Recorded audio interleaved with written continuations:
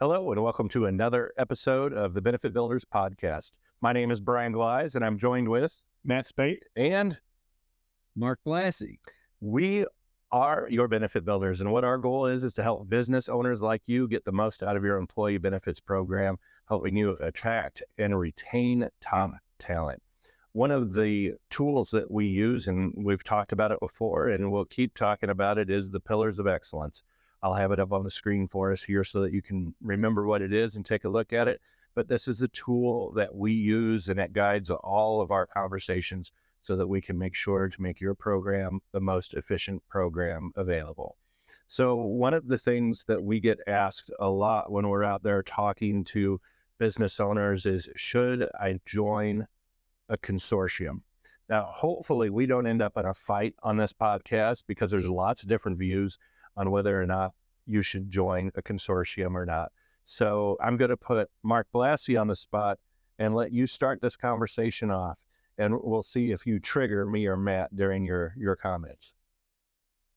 Brian, I think in any due diligence setting where you're trying to make a decision on should you or should you not participate in a consortium or even some other form of aggregating where you're joining with other employers, you have to follow a process that helps you evaluate and determine whether the pros and the cons outweigh one another and where you are relative to those pros and cons, because it could be different for any decision maker. No, I totally agree. And we've had experience, both positive and negative. So we do want our podcast to stay somewhat balanced. One of the experiences that I had with a consortium is that the client did not own their own data, and that caused us problems. When I want to use said data to help an underwriter, or I should say to help me paint a picture for an underwriter about a group, this is their prescription spend, this is their ER visits, this is their overall inpatient, outpatient, all of the data points, I was not able to get access to that because the consortium would not allow me access to it. So I say the devil's in the details, and I want to be in charge of the details. When I look at a consortium, it is a group of businesses coming together. Now, you're the business owner. As a business owner, why don't you have 34 partners?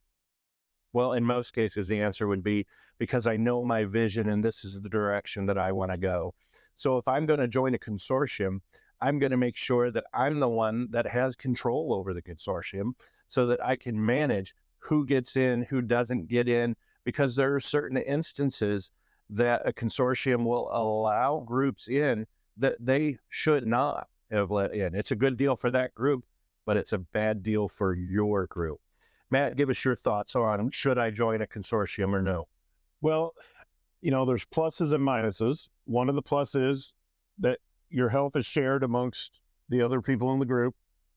That's also a minus. If you're the healthy one in the group, then you're eating some of that premium from the unhealthy groups, and it works vice versa. But as Mark said, do your due diligence, read the contracts, know how to exit a consortium in case 2 years down the road you want to leave. A lot of times you have to give 90 days or 180 days notice. Absolutely. Before you can leave. And sometimes that's just not feasible. You don't know your renewal cost when that deadline hits.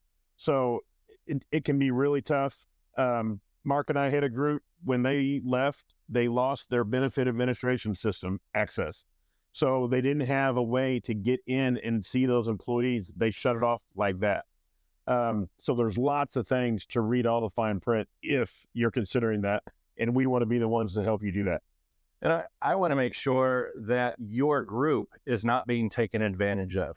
In previous podcasts, we've talked about the benefit builders working with you to make your program as efficient as possible, using the pillars of excellence, looking at the cost, looking at the communication, looking at the technology, looking at the concierge service.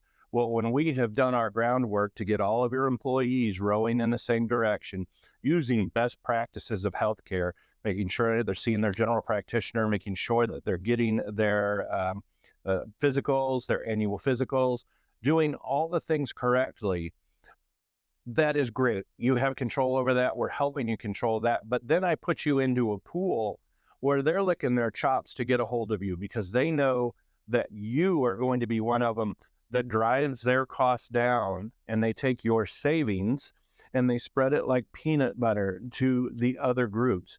Where if you are independently on your own and you use the benefit builders to make that program as efficient as possible, you want to be able to take those savings and utilize them for yourself and your employees. Mark and I have points on that. Go ahead, Mark. The comments that Brian, you and Matt made so far, I would put them under the umbrella of governance or bylaws of the consortium. And it's extremely important to understand those before a decision is made.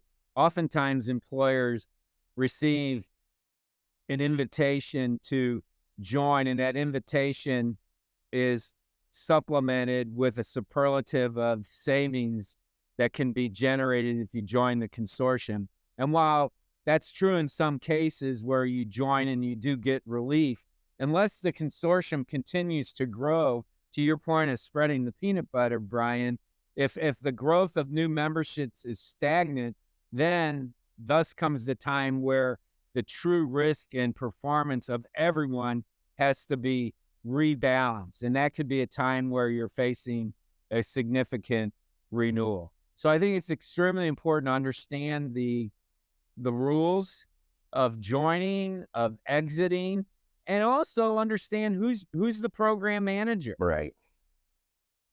No, understood.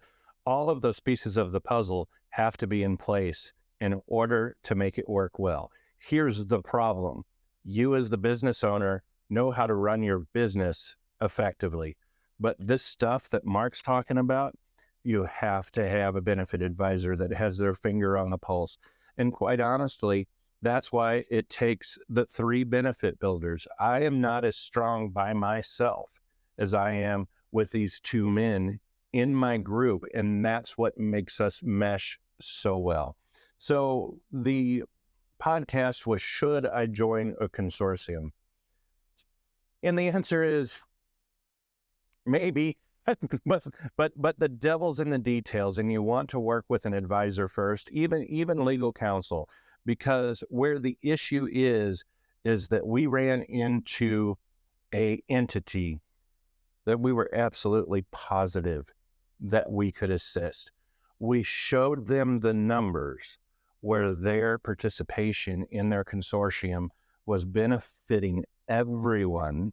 They were seeing a premium increase at renewal, and they really should not have been.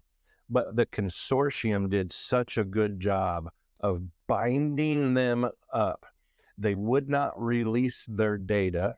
Matt touched on the point where in order to leave the consortium, you had to check all of the boxes in the correct manner. They made it so difficult, the entity just kind of gave up and says, this is too much of a mess. We'll just stay where we're at. So we say this a lot in our podcasts. If your trusted advisor, if the person that's playing the role of benefit builder isn't having these conversations with you, get in touch with the Scott Agency. Get in touch with us. Our benefit builders team will run you through the pillars of excellence. We will make sure that we touch on all the topics, and most important, we're going to listen. What is your pain points? What are your employees saying? One of our previous podcasts was on employee surveys. We'd love the opportunity to do an employee survey. So we are here to serve you. And when you look at the pillars of excellence, the foundation of it is our concierge service, all right? And that's our communication to you, whether it's electronically, just like we're doing here. Mark's sitting in his office. We're here in our office with our lovely brick wall behind us. That's a story for another day. But we're here to help, guys. Mark, anything in closing? Just one thing sometimes that's overlooked. When is a good time to join a consortium? Usually, if you're doing your due diligence, it's when your population has a lot of health risk and you're seeking rate relief, not when you're running positive, because that's the time when they would want you to join, but that's the time when you should stay on your own. Right. So again, it's a balance, Brian, but like other aggregating models, it's something that, you should give thought to. And as advisors to our clients, we're always giving ongoing consideration to options. And I think that's equal. Right on. Yep. Anything in closing? No, very good points, Mark. I agree. Yep. Should I join a consortium? Talk to us about it before you do. Definitely. Guys, we're your benefit builders. Please share the podcast. We're here to help you. Thanks for watching. Bye-bye. Bye, guys.